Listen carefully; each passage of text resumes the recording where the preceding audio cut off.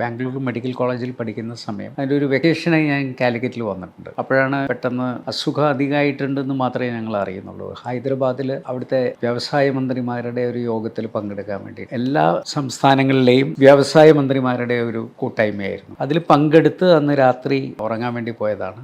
ഉറക്കത്തിലാണ് stroke ഉണ്ടാവുന്നത്. രാവിലെ എഴുന്നേറ്റ് നോക്കുമ്പോൾ അബോധാവസ്ഥയിലാണ് രാവിലെയാണ് അറിയുന്നത്. അപ്പോഴും പൾസൊക്കെ ഉണ്ട്. അദ്ദേഹത്തെ പിന്നെ എല്ലാവരും കൂടെ നേരെ അവിടുത്തെ ഹൈദരാബാദ് ഹോസ്പിറ്റലിൽ അഡ്മിറ്റ് ചെയ്തു. പിന്നെ എൻ ടി രാമറാവു ആയിരുന്നു മുഖ്യമന്ത്രി. അദ്ദേഹം എല്ലാ കാര്യങ്ങളും ഏറ്റെടുത്ത് ചെയ്തു. അപ്പോൾ ഞങ്ങൾക്ക് കിട്ടുന്ന വിവരം വളരെ വ്യത്യാസ നിലയിലാണ് എന്നുള്ളതാണ്. അപ്പോൾ ഞാനും ഉമ്മയും കൂടെ ഞങ്ങൾ ബാംഗ്ലൂരിലേക്ക് പുറപ്പെട്ടു. ബാംഗ്ലൂരിൽ നിന്ന് ഒരു കണക്ഷൻ ഫ്ലൈറ്റ് അങ്ങോട്ട് ഹൈദരാബാദിലേക്കുണ്ട്. പക്ഷെ ബാംഗ്ലൂരിൽ ഞങ്ങൾ എത്തിയ ശേഷം അവിടെയുള്ള കടകളെല്ലാം അടച്ചിരിക്കുന്നു. എന്തോ പന്തികേട് തോന്നി. ഞങ്ങളിവിടെ തിരിച്ചു പോകാൻ വേണ്ടി പറഞ്ഞു. അപ്പോൾ തന്നെ ഞങ്ങൾ മനസ്സിലാക്കി തീരുമാനിച്ചു. അപ്പോഴേ മരണം സംഭവിച്ചു എന്നുള്ളത് അറിയുന്നു. വഴിയിൽ സഹിക്കാൻ പറ്റുക ഉമ്മ ബോധരഹിതയായി കാറിൽ വീണു.